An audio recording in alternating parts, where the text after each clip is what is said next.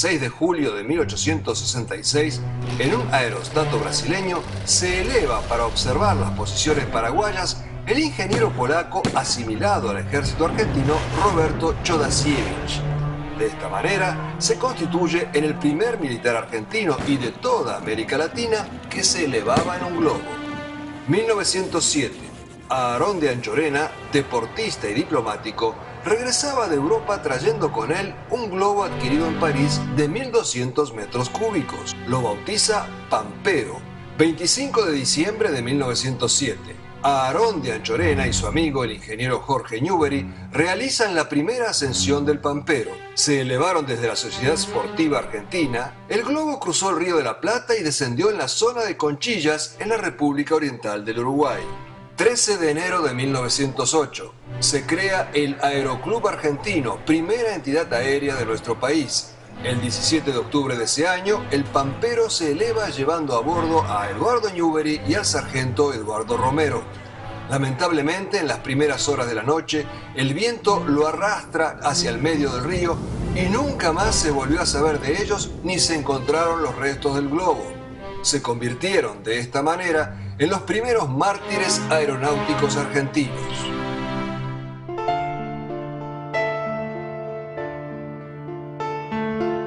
Mi papá en algún momento tenía cuestiones de negocios que hacer en Buenos Aires. Bueno, y algunas veces me dejaba en el aeroparque, horas y fuera del alambrado, mirando cómo despegaban y aterrizaban los aviones. Yo me acuerdo de subirme a la terraza de mi casa y mirar el cielo cordobés que tenía en aquella época un gran número de aviones. Armar aviones, hacer aeromodelismo, todo eso era lo que creo que en los chicos despertaban cierta vocación, ¿no?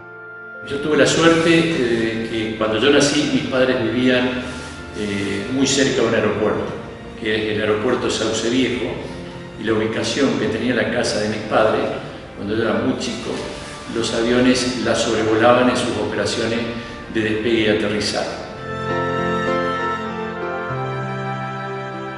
Y yo continuamente miraba las nubes, pensaba en los aviones.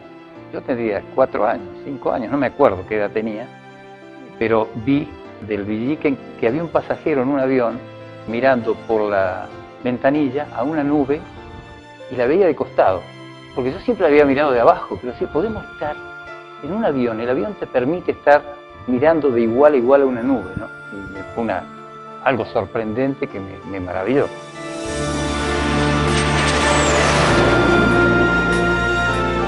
El 24 de enero se eleva el globo Patriota, comprado también en Francia por Horacio Anasagasti. 1910.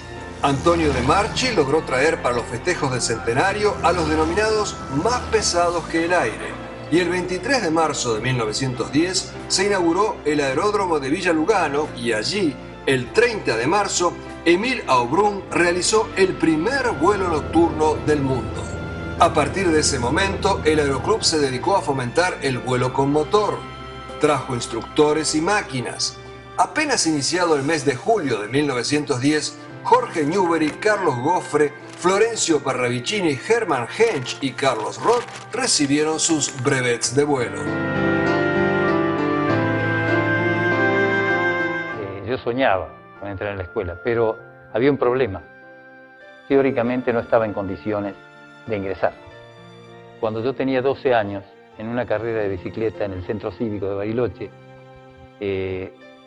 estábamos dando la vuelta alrededor de la plaza que está en el Centro Cívico, y cuando hice el viraje frente a las 2 arcadas que hay, en ese viraje, no recuerdo si toqué la otra bicicleta o qué pasó, pero caí y rodé por el asfalto y tuve un accidente terrible, ¿no?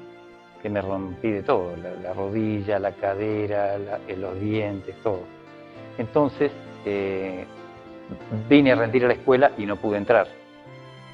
Y yo decía, si yo no entro en la Fuerza Aérea, se acabaron mis sueños para siempre. Esto es lo único que quiero hacer, no hay ninguna otra cosa que quiera hacer. Yo tuve oportunidad de rendir el examen de ingreso en la Escuela de Aviación cuando tenía 15 años y estaba en tercer año de la Escuela Comercial. Las expectativas que como joven yo tuve al ingresar a la Escuela de Aviación, me imagino que es la expectativa que todos los que ingresan a un instituto militar, es decir, los jóvenes no tienen la idea de ser militares, sino que tienen más la idea de ser aviadores militares. Mi intención era ingresar de muy joven. En la época en que yo podía ingresar a la escuela, se ingresaba un cuarto año de la escuela secundaria.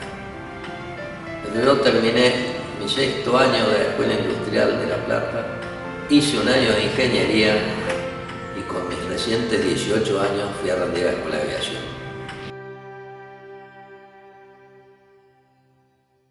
El 10 de junio de 1912, el presidente Roque Sáenz Peña firma el decreto por el cual se crea la Escuela de Aviación Militar. El lugar donde se instalaría el nuevo instituto se llamaba El Palomar.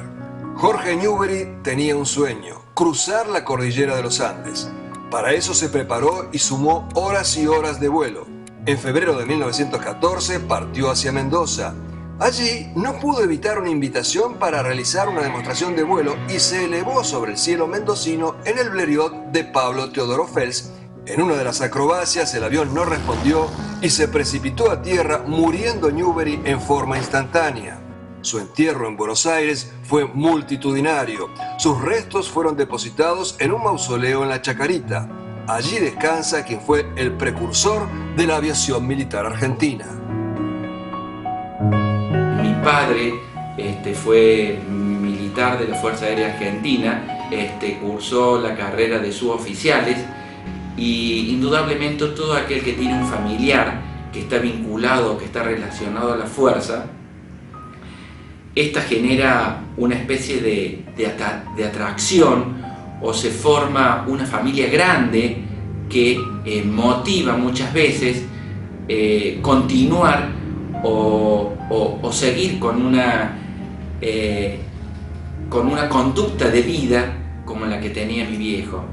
Entonces lo pensé en reiteradas oportunidades, si era lo que yo quería, y dije que iba a ver si tenía la capacidad de poder ingresar, porque indudablemente se rendía un examen que era muy estricto, después había una entrevista personal y aparte había un cupo determinado de profesionales médicos que ingresaban a la fuerza.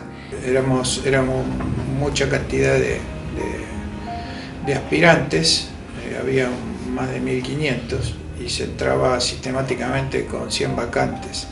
Yo quedé ahí nomás en la puerta, 107 o 108, no me acuerdo cuál era, y no tuve oportunidad de entrar en el primer año.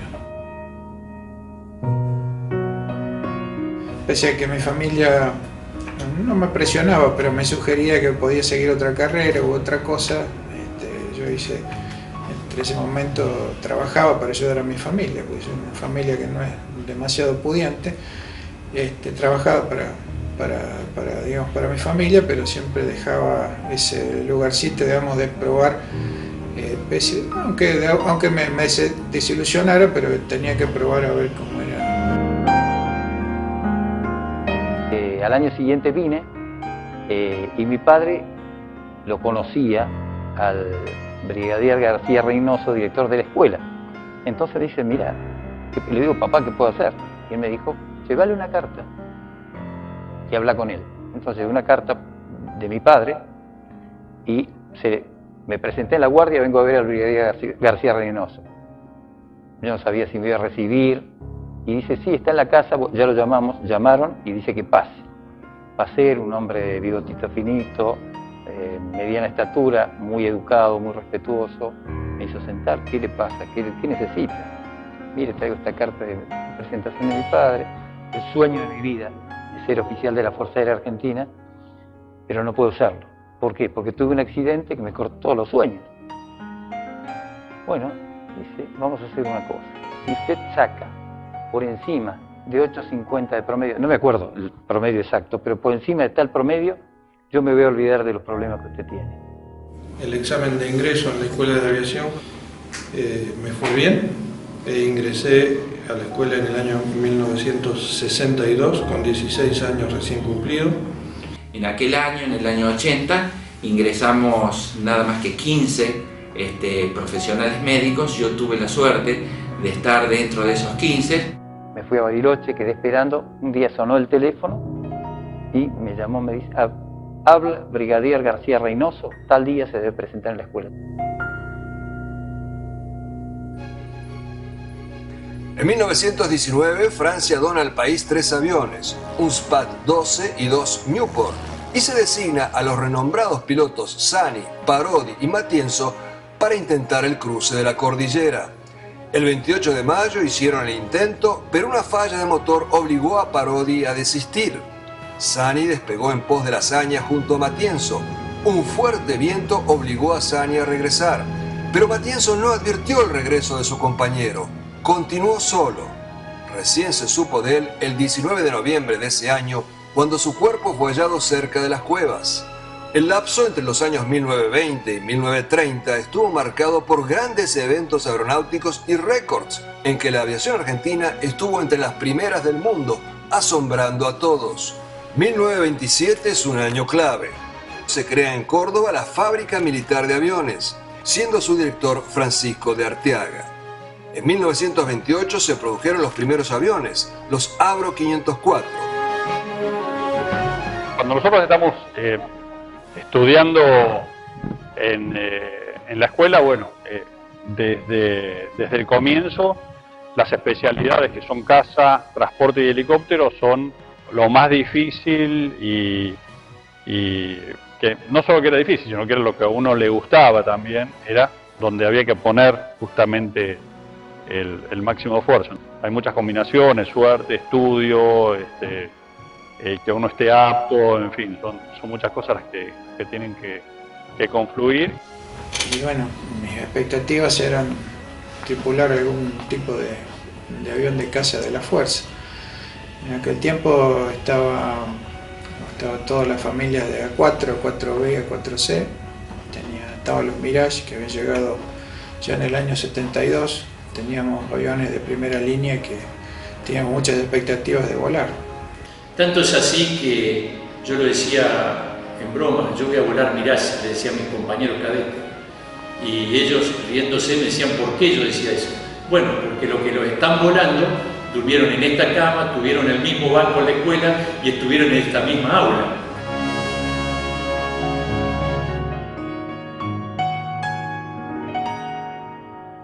El sueño mío era volar un avión de combate y especialmente el A4. Y de pronto, cuando yo era cadete de cuarto año, mi instructor, que era el teniente Dante Aníbal Asla, me dice, usted tiene muchas condiciones para ser instructor del cuerpo de cadetes. Y yo no le creí. Creí que, bueno, que era una frase de un momento. Pero luego, cuando llegan los pases, me sale el pase de la Escuela de Aviación como instructor. Y yo me cayó muy mal. Y cuando llegué a la escuela, me llama el comodoro Jansen y me dice, mire, Carballo viene por un error. Creíamos que ascendía a teniente, pero no asciende, así que se va a ir un año a tropa. O sea, cada vez peor.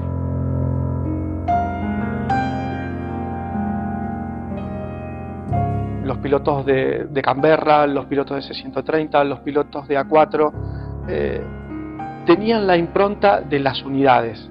Es decir, cada piloto de A4 llevaba implícito la impronta que le da la escuela de caza y lo que le da la pertenencia a pertenecer a la quinta brigada aérea, la esencia del cazador, del cazabombardero.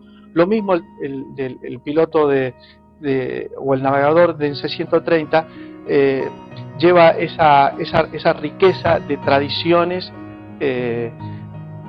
y la mística de la unidad. Yo no tenía unidad que me formó en el combate. Yo sí tenía la mística del cuerpo de cadetes. Y mientras estaba allí pensando y pensando, de pronto dije, pero yo no dije que venía a servir. O sea que yo sirvo solamente cuando me mandan a donde me gusta. Y dije, voy a tratar de ser el mejor instructor de tropa de la Fuerza Aérea. Gracias a Dios, a mí se me cumplió el sueño pude acceder a los cupos que había para estudiar la aviación de caza y bueno, se me dio y después la verdad que se me fueron cumpliendo esos pequeños sueños, esos pequeños pasos que había que ir dando, ¿no?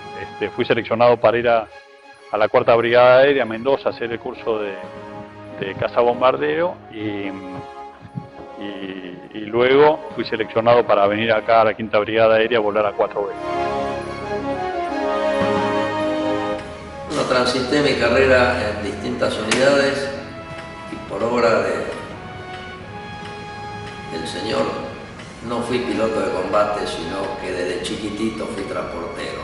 Esos 2 años, el año del CAM y el año del curso de caza, volamos mucho, volamos con Mentor y con Morán, y nos dio una buena experiencia en cuanto a todo lo que era procedimientos para el combate.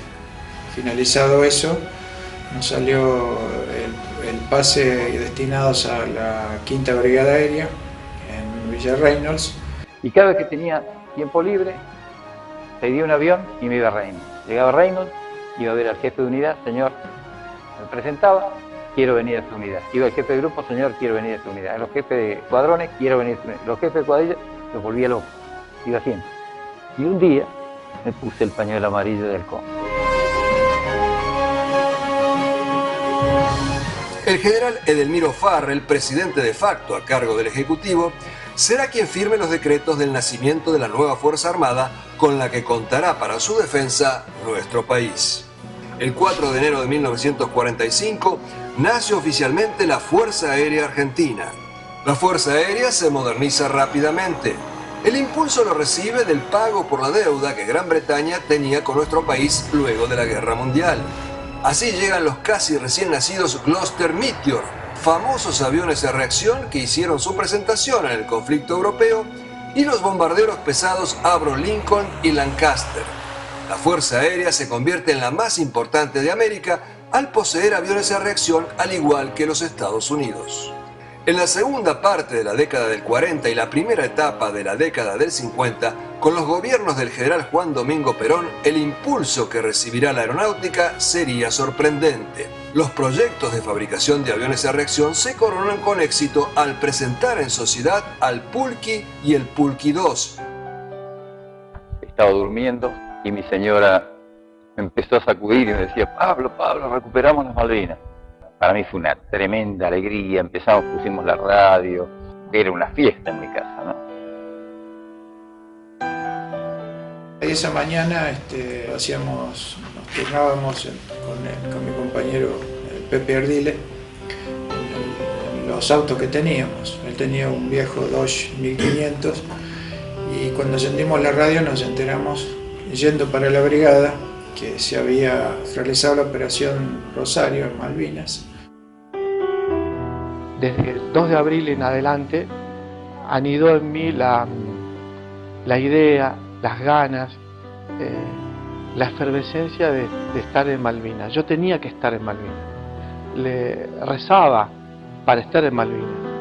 Leía el Halcón Negro, una historieta, un cómic, con un piloto que tenía un halcón en su uniforme, un pañuelo amarillo y un halcón pintado en el fuselaje de su avión, y fui a la guerra con un pañuelo amarillo, un halcón en mi brazo y un halcón pintado en el avión. Ya habíamos tenido previamente eventos con Chile y con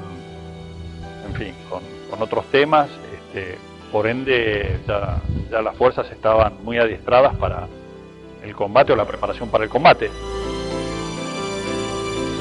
El día 6 de abril me convocaron del Escuadrón Hércules para integrar una tripulación de C-130 y el día 7 fui trasladado a Comodoro Rivadavia y a partir de ese momento integré el Escuadrón C-130. Y ese domingo estaba en mi casa cortando el pasto de mi jardín. Mi madre y mis hermanos habían ido a misa, de las misas de las 5 de la tarde en nuestra parroquia del barrio. Yo vivía en Carlos Paz. Y levanto la vista y veo la camioneta de la escuela de suboficiales Y ahí tengo la primera impresión y la primera imagen de que se estaba por cumplir el sueño. Cuando se baja el suboficial conductor, no sabía cómo decírmelo y le dije, dígamelo, señor, se va a Malvinas. Eso fue para mí, el corazón me estalló, fue la cosa más linda que recuerdo.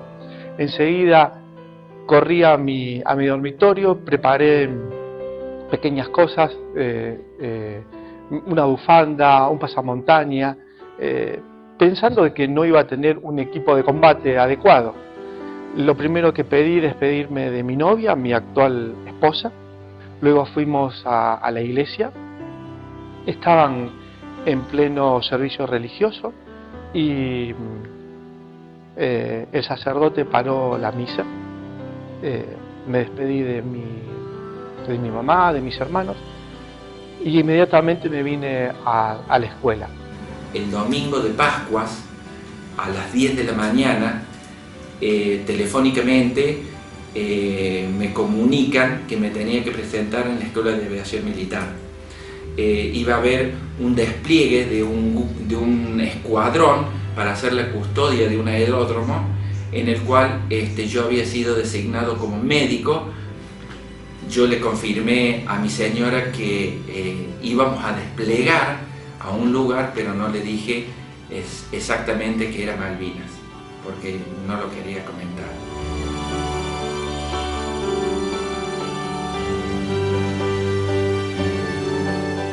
El 2 de abril de 1982, mediante la denominada Operación Rosario, se recuperan las Islas Malvinas. La reacción británica fue instantánea.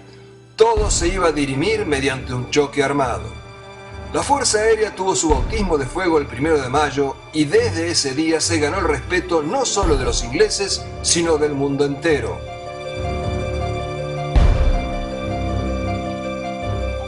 Mi sorpresa fue cuando yo ya había tocado pista el avión, estaba muy oscuro, comienzo a caminar dentro del avión hasta la zona de la compuerta trasera del Hércules. Y lo primero que hago, bueno, me arrimo al borde con mis cosas y bajo del avión. Empecé a mirar todo oscuro, estaba como queriendo amanecer y tenía esa incertidumbre, ¿de dónde estaba? Hasta que pregunté y me dice un hombre que ni sé quién era porque estaba muy abrigado y me dice, estamos en la isla Soledad, Puerto Argentino. Esa noche del día 30 de abril nos trasladamos a la famosa escuelita que se le llamaba en Darwin, donde se alojaba la mayor parte del personal. Y se nos dice de que necesitaban voluntarios, 2 por especialidades, para hacer guardia en lo que era el campo donde aterrizaban los aviones, donde operaban los Pucará. Y bueno, y en este caso nos hicimos seña con otro compañero, como diciendo, no, vamos. Aquel primer día de mayo nos habíamos distribuido el doctor Miranda junto con el suboficial Pérez, que era el enfermero, estaban destinados en la pista donde estaban operando los Pucará, que iban a realizar unas misiones en horas muy tempranas. Después nos enteramos cuando amanece de que había sido el primer bombardeo en Puerto Argentino. Y se da la orden de que salga un avión a hacer un vuelo de reconocimiento hacia Puerto Argentino. Va a salir por entonces Capitán Gruner.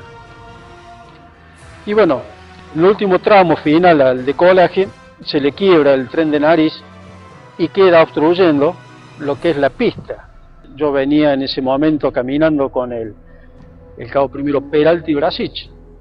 Y cuando estamos llegando a lo que es el avión, yo le digo al cabo primero Peralta que me iba a buscar mi fusil, porque dado la distancia que iba a tener los aviones, que los teníamos dispersos ahí, por lo menos quería tener algo para defenderme de tierra. Y en eso que entro a la carpa, bueno, nos avisan de que venía un ataque aéreo. Hasta el momento no sentíamos nada, pero por instinto nomás buscamos descubrirnos.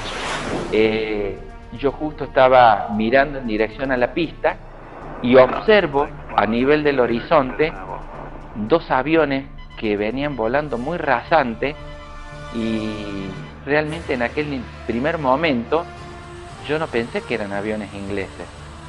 Cuando llegaban a la altura de la pista vi que largan algo o desprenden algo, y yo digo, ¿qué están haciendo esto? ¿Qué están tirando?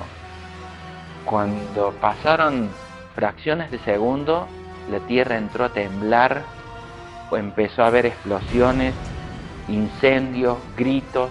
Y pedidos de auxilio, no se veía prácticamente nada dentro de esa carpa. Y bueno, sentía un fuerte dolor en una de las piernas, hasta llegué a pensar de que había perdido. Y bueno, esas cosas, hasta que me toqué la pierna, supe que la tenía, y bueno, me paré.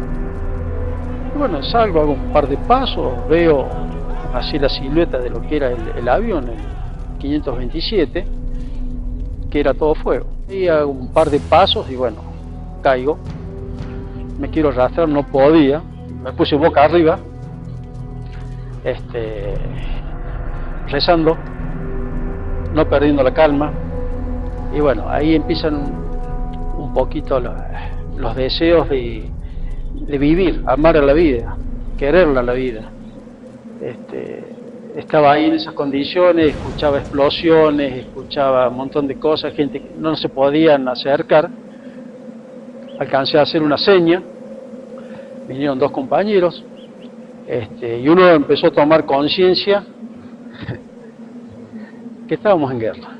Yo esa mañana me desperté, lo mismo que los pilotos que me acompañaron, con su familia, con los hijos, y podríamos haber tomado un desayuno como cualquier empleado o ejecutivo que va a cumplir su tarea, y nosotros a las 2 de la tarde estábamos sobre Malvinas. Vivíamos una serie de momentos de mucha incertidumbre, de sirenas que anunciaban un próximo ataque, que generaban en nosotros un estrés muy grande, porque eran todas situaciones nuevas, todas experiencias nuevas, y que indudablemente vos lo ibas asociando a que vos podías vivir una situación próxima de muerte, y que esa vez te podía tocar a vos.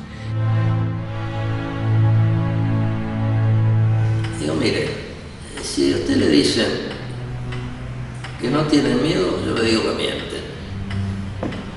Porque como seres humanos, yo tengo miedo, mi tripulación tiene miedo, pero nos acostumbramos a vivir con el miedo. Es decir, es como el callo que se hace en el hueso cuando no se quiere o no, a veces duele. Es más, el miedo hace a la supervivencia, el miedo hace que la noche no sea tan oscura, el miedo hace de que todas las medidas de mimetizado sean las correctas. Los momentos previos a una salida son obviamente, si te digo que son de alto estrés, a lo mejor me quedo corto porque es una situación donde tenemos que preparar, planificar una misión, sabemos que vamos a ir a un objetivo y a un lugar donde nos van a tirar, sabemos que tenemos posibilidad de no regresar. Yo estaba seguro que iba a morir, porque yo decía, no puede ser, hay gente que llegó, hizo dos misiones, 3 misiones y cayó. Y hubo gente que cayó el primer día de combate. Y yo salí en una misión, explotó un misil debajo de mi ala. En otra misión me pegó una esquirla en un ala. En otra misión me pegaron en 6 lugares diferentes del avión. En una de esas misiones murió Guadagnini estrellado contra la fragata yendo conmigo. En otra misión derribaron a Velasco. Yo decía, no puede ser que yo tenga tanta suerte. Y aparte iba saliendo las misiones todo eso y volvía y decía, voy a morir. En la hora de regreso, todos mirábamos hacia el naciente, que era para el lado del mar, y la 4 cuando extendía el tren de aterrizaje se prendía la luz. Entonces, en razón de eso, más o menos por ahí nosotros distinguíamos si venían todos, si no venían, y así sucesivamente. Y bueno, cuando aterrizaban, Era una alegría si volvían todos y una tristeza para todos de que no regresaba nadie. Cuando bajaban nos abrazábamos, había veces que llorábamos y bueno, pero lo nuestro tenía que seguir adelante. Era un momento, unos segundos de tristeza, pero había que seguir adelante. Siempre digo que mi guerra fue muy particular, como la guerra de los otros POAs. Ser POA es ser una especie de soldado clandestino. Vivíamos como podíamos, donde siempre las cosas elementales de la vida cotidiana las dejábamos de lado. Cuando nos miramos a la cara cada uno de los integrantes de Sanidad, realmente se veía reflejado una sensación de ansiedad, de miedo, de incertidumbre, y que teníamos una expectativa de que no sabíamos qué es lo que iba a pasar. Que en ese momento lo único que nosotros pensábamos es que teníamos que cumplir nuestro rol, nuestra tarea, y que la teníamos que tratar de hacer de la mejor forma. Y cuando salía, le pegábamos en el casco, una vez que ya tenía colocado el casco, y le deseábamos suerte y que regresara. Cuando uno va en la cabina del avión piensa muchísimo, o sea, va pensando, va recordando. Yo estaba y sigo enamoradísimo de mi mujer, tenía 3 hijos, va pensando en ellos, va pensando también, sufriré, no sufriré. Éramos casados la mayoría, teníamos hijos ya, yo tenía una hija y mi mujer estaba embarazada. Es en algunos momentos en que uno realmente dice, ¿por qué estoy acá? ¿Por qué me está pasando esto? ¿Por qué justo uno estaba en este momento y en este lugar? El POA vive en lo que se denomina la tierra de nadie. Está alejado 17 kilómetros, 12 kilómetros de su posición, donde nadie lo va a poder salvar, y en esa tierra convivíamos con nuestros soldados y cumplíamos nuestra tarea: captar al avión incursor o captar al buque incursor o el movimiento terrestre. Muchas veces me han preguntado si nosotros realmente estábamos dispuestos a morir en la guerra. Bueno, eso, por supuesto que nadie quería morirse, todos queremos vivir.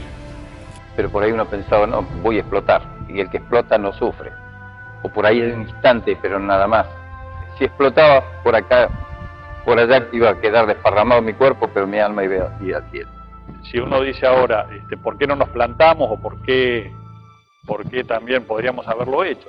¿No? Tampoco te lo puedo responder así tan fácil, porque evidentemente que tuvimos una fuerza interior enorme para superar ese momento. Había un muy fuerte compromiso, primero digamos, el hecho de cumplir el juramento, porque habíamos jurado la bandera, teníamos un compromiso con nuestra comunidad, pero el hecho de que en Malvinas estaba la gente desplegada, que estaba siendo asediada con cañoneo naval permanentemente, con todas esas, pasando penurias, digamos, y ese era nuestro mayor compromiso, de seguir saliendo para defender nuestra gente que estaba en la isla. Cuando estoy ya arriba del avión, de pronto se acerca el primer teniente Autiro y me dice, tome señor, acaba de llegar. Y era un corazoncito rojo hecho en cartulina por algún chico argentino que decía, adelante con fe y esperanza, que todavía lo tengo, ¿no? Eso empuja muchísimo.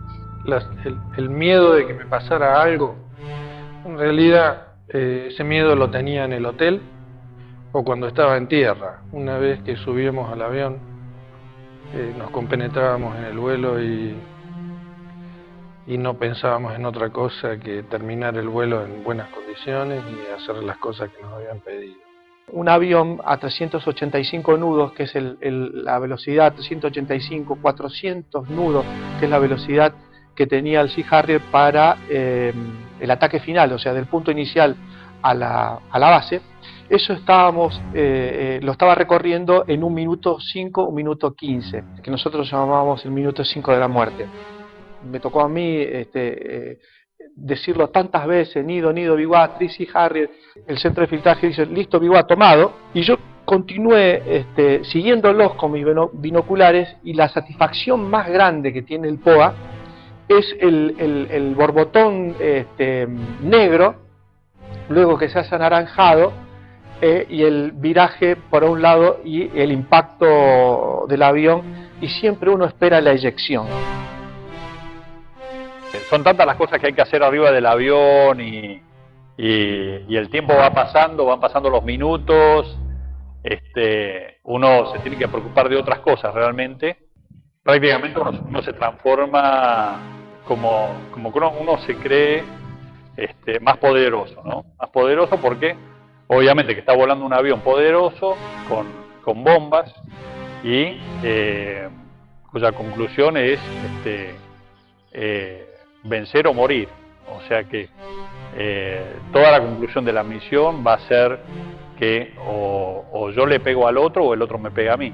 Entonces, después que uno aterrizaba, lo recibía la gente de inteligencia, te hacía preguntas relacionadas con la misión para poder darle información a otra misión que saliera, y uno hasta ese momento había funcionado como un relojito suizo, pero cuando volvía, cuando volvía a su habitación, era como si le hubieran pegado con una goma en todo el cuerpo.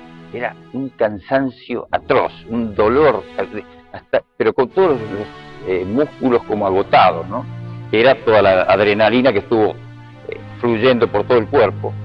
Había muchos sentimientos encontrados. El primer sentimiento es: me queda un día y medio vivo. O sea, vuelvo todo lo que queda el día de hoy, y como mañana combate el otro escuadrón, me queda todo esto y el día siguiente vivo. Y hay una misión muy importante nuestra, que es la del 25 de mayo, que es el ataque a Coventry y Broward.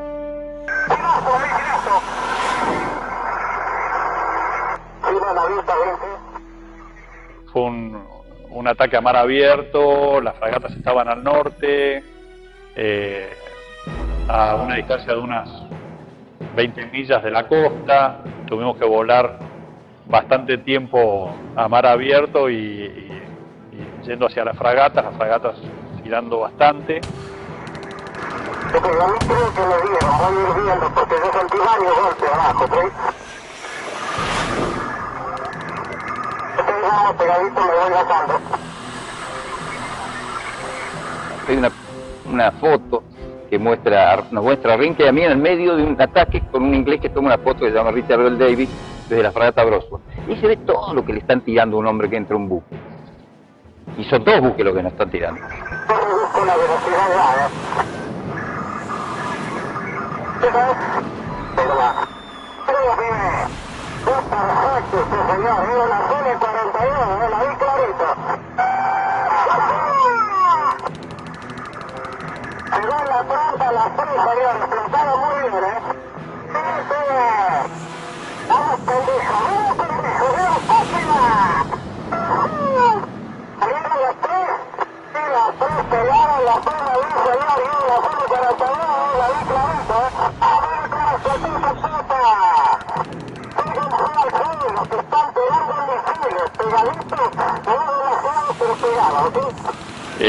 En los relatos posteriores o las crónicas posteriores de los mismos ingleses, programas de televisión, investigaciones que han hecho, uno se entera muchos años después qué es lo que pasó en ese momento y por qué no nos pegaron con artillería. Y básicamente hay un problema que tienen ellos con el software de un radar que se les traba en ese momento. Después se cruzan entre las dos fragatas en plena maniobra, por lo tanto una que se había reseteado no pudo tirar, y eso nos dio la posibilidad prácticamente de entrar, avanzar y poder tirar sin sufrir daño.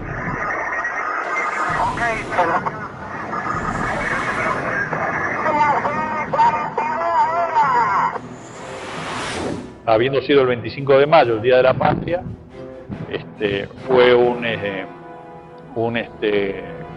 gran golpe para ellos, ¿no?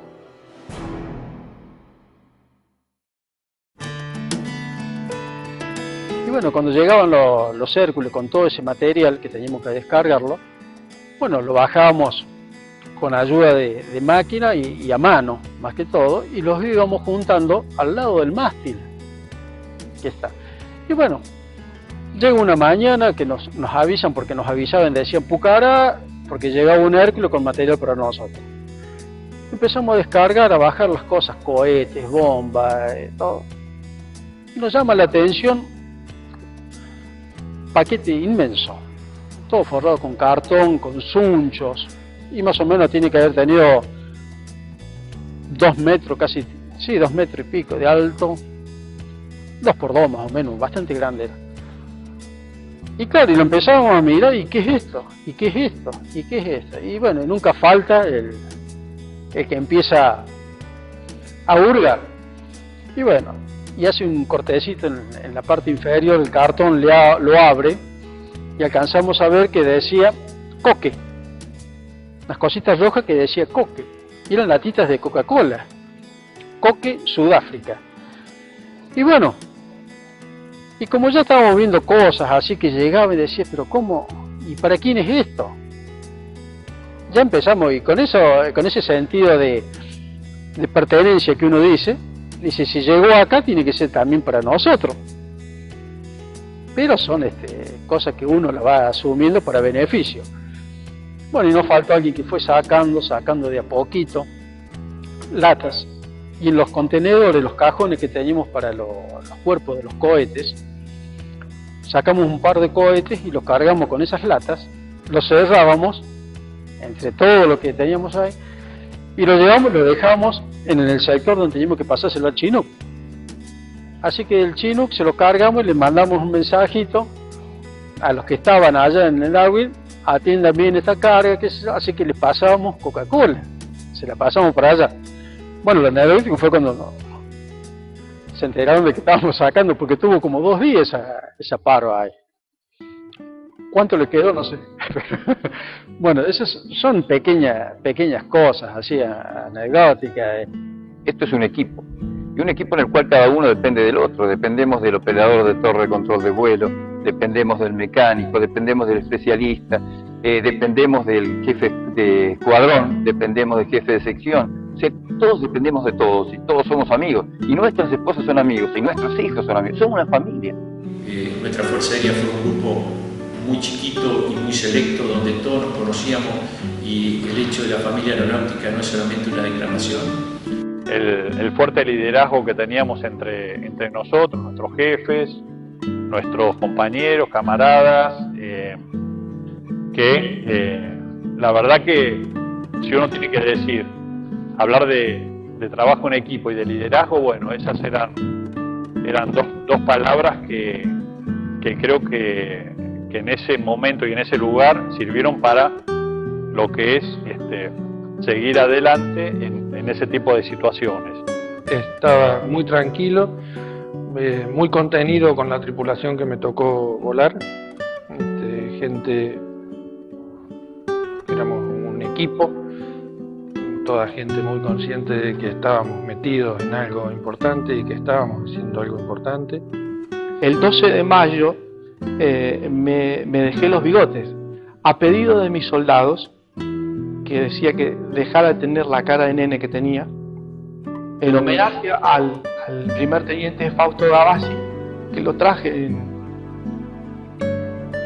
en una de esas odiosas bolsas de 6 manijas.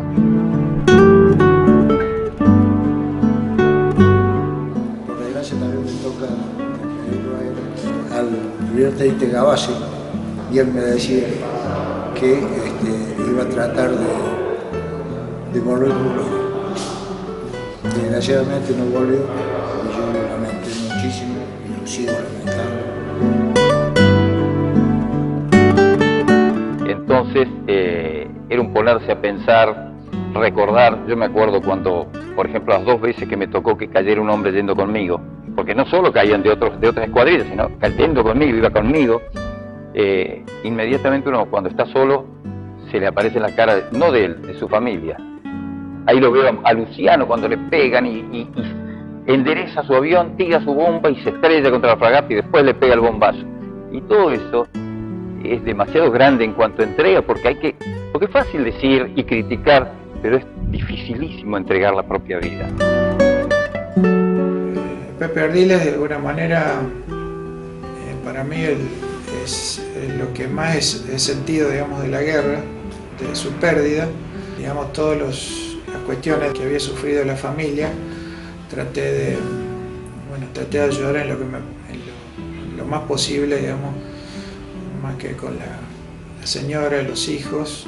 Yo soy padrino de la hija más chica que tuvo el Pepe, por eso siempre yo lo tengo, la foto de él en todos los despachos, porque de alguna manera lo tengo como como consejero, como testigo, como alguien que si alguna persona yo le tengo que rendir cuentas por lo que hago en las fuerzas con él.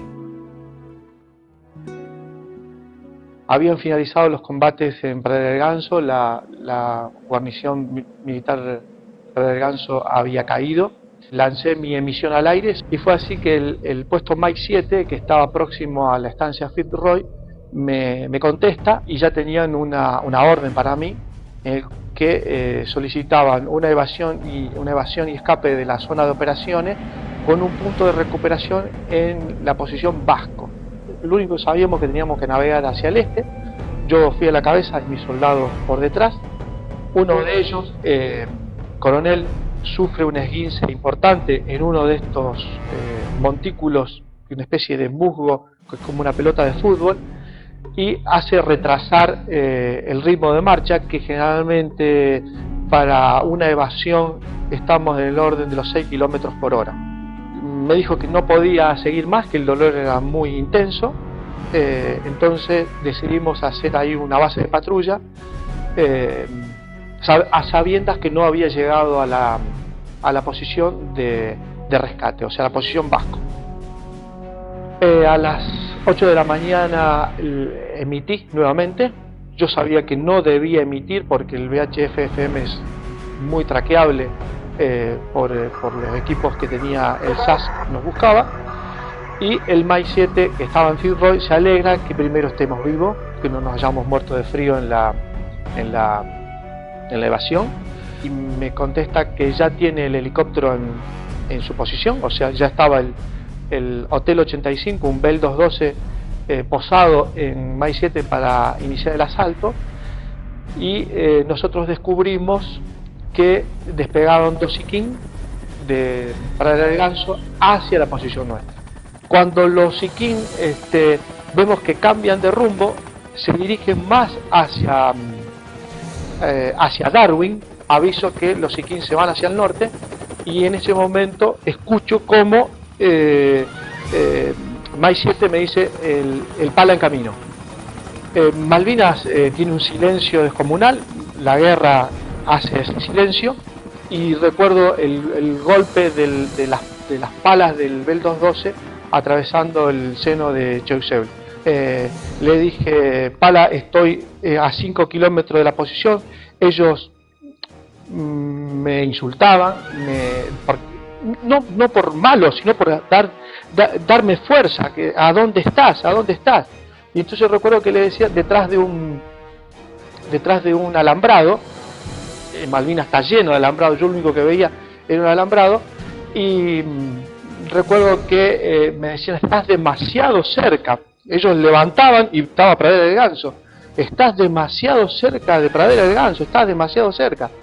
Pero yo seguía escuchando que el Bell 212 avanzaba, porque el ruido era cada vez mayor, hasta que detrás de la loma de ese alambrado aparece el Hotel 85 con el Night Sun, que es el faro de búsqueda. Me hacen 2 disparos significando que te vimos, rompimos el iglú, hizo una aproximación con potencia hacia la posición mía, puertas abiertas. Nosotros saltamos dentro del helicóptero los 3, ahí descubro que al comando estaba el teniente Vergara, como copiloto el teniente Saturnino Sánchez. Están los Siquín ahí, que se vienen los Siquín, es decir, los Siquín escucharon la última parte del guiado mío. Tiraron el Bell 212 por el acantilado para que tome velocidad y cruzamos rasante hacia Fitzroy. Y ahora venía el segundo problema, no ser derribados por la propia artillería. El Hotel 85 venía como arbolito de Navidad, con todas sus luces encendidas, volando muy alto, para que de esa manera no sea derribado. Es decir, acá viene el helicóptero que acaba de hacer el rescate en Pradera del Ganso. Bueno, aterrizamos en el hipódromo, estaba todo el escuadrón de helicópteros esperándome, como si fuera su mascota. Es decir, era el trabajo terminal del escuadrón de helicópteros fue ese. El sistema de arma Bell 212 no voló más después de esa operación. Cuando íbamos ascendiendo, pongo una radio de Uruguay y decía: se estarían tratando en las islas los términos de la rendición. Y yo dije: radio sensacionalista. Cambié: se estarían tratando los términos. Y ahí tuve una gran amargura. Cuando uno finalmente hizo todo un esfuerzo y la guerra no se gana, bueno, uno vuelve con un sabor amargo. Después que caímos prisioneros, estuvimos un periodo de tiempo en San Carlos, otro periodo estuvimos en medio de flota porque los ingleses nos utilizaron como escudos para evitar los ataques aéreos. Mi unidad estaba prisionera o muerta, la mayoría todos prisioneros en San Carlos. Cuando el mayor Pocio Ortiz de Rosa me comunica la orden de que me volví al continente, yo sentí una gran decepción. Tenía que abandonar las islas. Para ellos era un premio que me daban, pero para mí era dejar mi tierra santa. Realmente, si no hubiera tenido esposa e hijos, hubiera deseado haber muerto en las islas antes de no recuperar.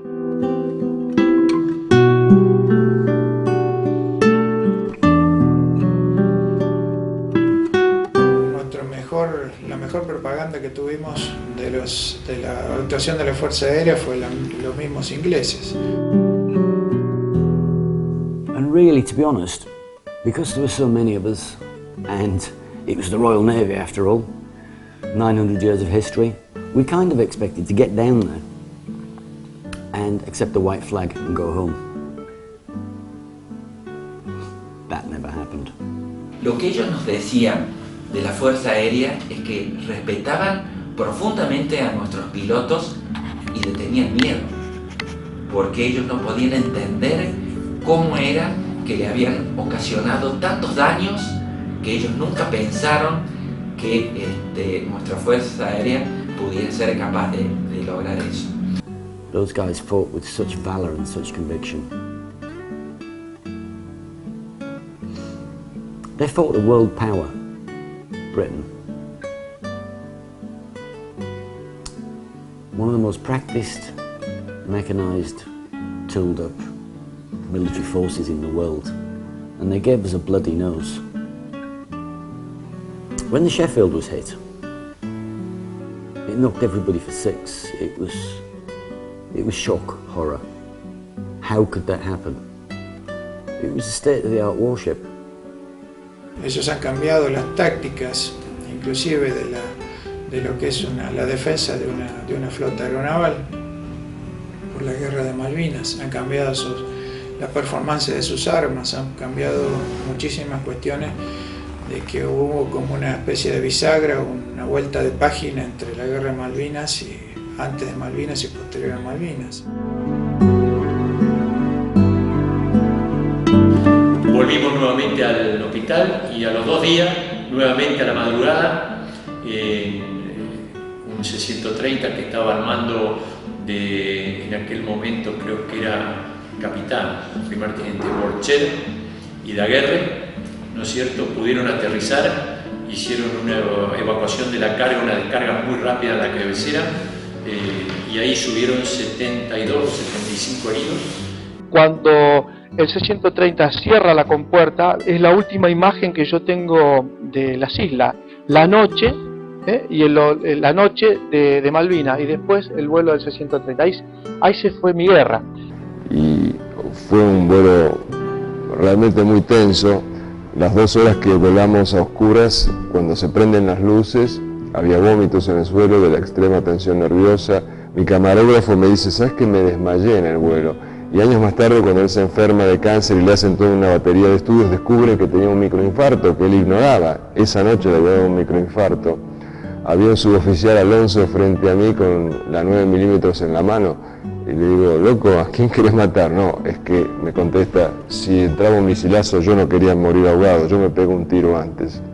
Gracias a la habilidad del capitán Borchardt, nos tiraron con un misil, nos informó después el radar, el VICA, pero Borchardt logró esquivarlo y llegamos sanos y salvos en la madrugada del día 14 a Comodoro Rivadavia.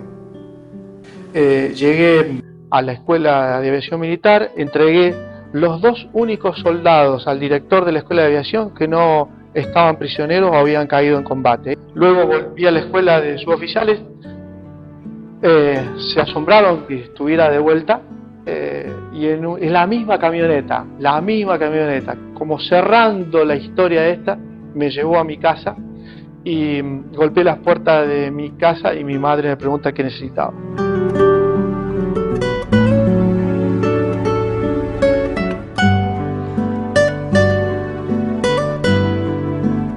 Bueno, me pregunta qué necesitaba porque no reconoció al oficial que estaba vestido de combate tocando la puerta de la casa. Cuando estábamos en la escuela de Ezeiza, la primera noche me informan de que tenía en el casino de oficiales una visita que me estaban esperando y la distancia que había de los dormitorios al casino era aproximadamente de 2 o 3 cuadras y realmente sin saber quién era que me había venido a visitar o había venido a reencontrarse conmigo, esa distancia parecía como si no terminaba nunca, no llegaba nunca a ese casino, lo veía allá y cada vez se me iba más lejos, hasta que llegué y la sorpresa fue que era mi señora con mi hijo y un tío que en base a su persistencia habían podido lograr dar donde a mí me habían llevado. Y bueno, ese fue un momento muy especial porque te volvés a reencontrar con los seres que más querés en la vida, que en algún momento de toda la experiencia vivida pensaste que nunca más los ibas a poder volver a ver y bueno, en un abrazo que no terminaba nunca más, tuvimos un periodo de tiempo hasta que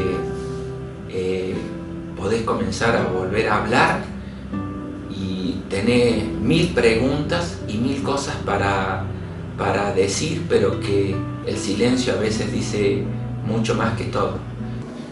A mí me pasó algo que es muy posible les haya pasado a muchos excombatientes, que es de encerrarse en uno mismo y los recuerdos uno los tiene adentro. Yo empecé a hablar de la guerra muchísimo tiempo después. Y hoy sí, no tengo ningún inconveniente en hablar, en comentar cosas que me ocurrieron, pero en aquel momento fue muy importante para mí que no me preguntaran. El día que decidí retirarme de la Fuerza Aérea, un gran amigo, un oficial retirado, vino y me dijo, le voy a ofrecer, primero otro oficial me ofreció cargos y dije, no quiero nada, yo me quiero ir a mi casa tranquilo. Yo seguí mi carrera hasta el grado de Comodoro, ocupando puestos de jefaturas de escuadrilla, de escuadrón y de grupo aéreo, y resuelvo mi retiro de la fuerza en el grado de Comodoro en segundo año. Yo tuve la suerte, después de Malvinas, un año después de Malvinas, la Fuerza Aérea me designó para ser observador militar en Naciones Unidas en Medio Oriente. Y eso me sirvió para despejarme un poco del tema de Malvinas. Fui en mediados de 1983 hasta 1985 estuve afuera. En el año 86 me retiré, pedí el retiro voluntario de la Fuerza Aérea Argentina. El día de hoy tengo muchísimos amigos con los cuales todavía me contacto, me escribo, me veo. Pero vino este hombre 2 o 3 meses después que pedí mi retiro y me dice, yo vengo a ofrecer un cargo que usted va a aceptar. Y yo dije, no lo voy a aceptar. No voy a aceptar ningún cargo que nadie me ofrezca. Y él me dijo, ¿quiere ser profesor de los cadetes de la Escuela de Aviación Militar? Sí. Porque nunca había pensado en esa posibilidad, o si lo había pensado, en ese momento no la tenía presente. Pero realmente dije, qué honor ser formador de los futuros halcones de la Fuerza Aérea Argentina, y disfruto cada día que estoy con ellos. Siempre nos inspiramos en el ejemplo de quienes defendieron a nuestra patria en un momento tan difícil como fue en el año 82, en el conflicto del Atlántico Sur. Y es totalmente un orgullo estar formando parte del Grupo Aéreo Escuela, de saber que ahí se formaron los pilotos que en esos mismos bancos estudiaron, en esas mismas aulas compartieron su instrucción y se iniciaron esos pilotos que dieron gloria a nuestra Fuerza Aérea Argentina. Y bueno, a partir de ahí puse foco en seguir trabajando en el ámbito civil, en el cual estoy ahora. Estoy en una empresa privada trabajando en el rubro de la seguridad. Mi vida profesional transcurrió, llegué a tener el grado de comodoro, me retiré en el año 1994 y en el año 1995 tuve la suerte de ser contratado por Naciones Unidas como funcionario para implementar un departamento de aviación que había propuesto la Fuerza Aérea. Y estuve en Naciones Unidas en varias misiones, e incluso en Nueva York, hasta el año 2005. Mi actividad la desarrollo en Ucacha, en una localidad que está al sur de la provincia de Córdoba. Estoy casado con Gabriela, tengo 4 hijos y soy siempre un agradecido a la vida por todas las cosas que Dios me ha dado y que gracias a Dios las puedo vivir con toda la entereza que me ha dado.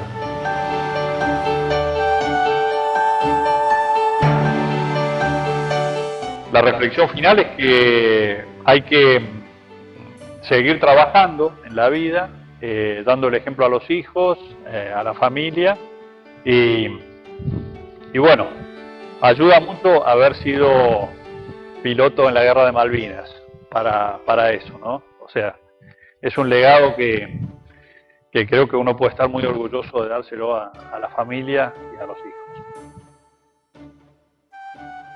Nosotros siempre sostenemos de que el veterano tiene la responsabilidad y la obligación de transmitir lo que vivió, lo bueno, lo malo, hay de las dos cosas, y que mientras estemos vivos, yo creo que es la mejor manera de transmitir la historia. El día que no estemos más los veteranos, la historia se va a seguir contando de acuerdo al punto de vista de aquel que la cuente. Realmente el paso de los años, el paso de la vida que te lleva a que vos vas madurando, todas las experiencias vividas, vos tenés para sacar un montón de conclusiones. Dentro de ellas, que fuiste un elegido para vivir una experiencia de semejante magnitud, no solamente en la parte humana, sino en la parte médica, como me tocó a mí. Y uno dice, hay que ser soldado para ser héroe, hay que ser soldado para servir a la patria, y no. en todas las profesiones lo que hay que hacer es estar cerca de Dios y hacer las cosas con amor. Y eso es servir a la patria, en lo que sea, zapatero, periodista, en todo. Pero no, hay que aprender a algún día no tener vergüenza de uno mismo.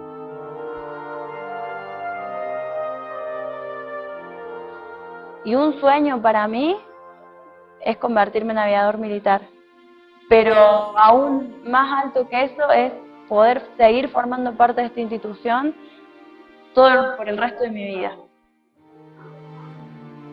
El otro día me preguntó un periodista cuáles son sus sueños últimos a esta altura de la vida. Y yo dije 2, ¿no es cierto?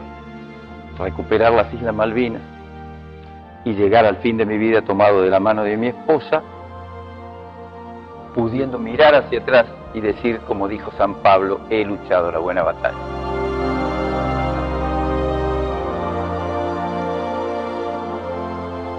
A mí me gustaría el día de mañana, y si puede ser mañana, por decirlo, poder volver a pisar Malvinas. Pero no desde lo bélico, porque eso ya pasó. Ahora es todo diplomático. Pero dejarle ese mensaje que esos 649 hombres que quedaron son los eternos centinelas de nuestra patria. Y ese juramento no fue en vano. Y ojalá el clarín de la patria no los llame nunca. Pero que si el día de mañana los llamara como me llamó a mí, estén preparados, tengan estas vivencias que les cuento todos los días cuando puedo yo, pero por sobre todo tengan preparado el alma para entrar en combate. Porque la tecnología se compra, el buen armamento se compra. Lo que no se compra es el espíritu de combate. Lo que no se compra es la mística que tiene el hombre de la Fuerza Aérea cuando entra en combate. Esa misma mística que tuvieron nuestros pilotos en el aire, la tuvimos en tierra. Yo hice la guerra en tierra. Yo no volé ningún avión. Yo volé el corazón de mis soldados.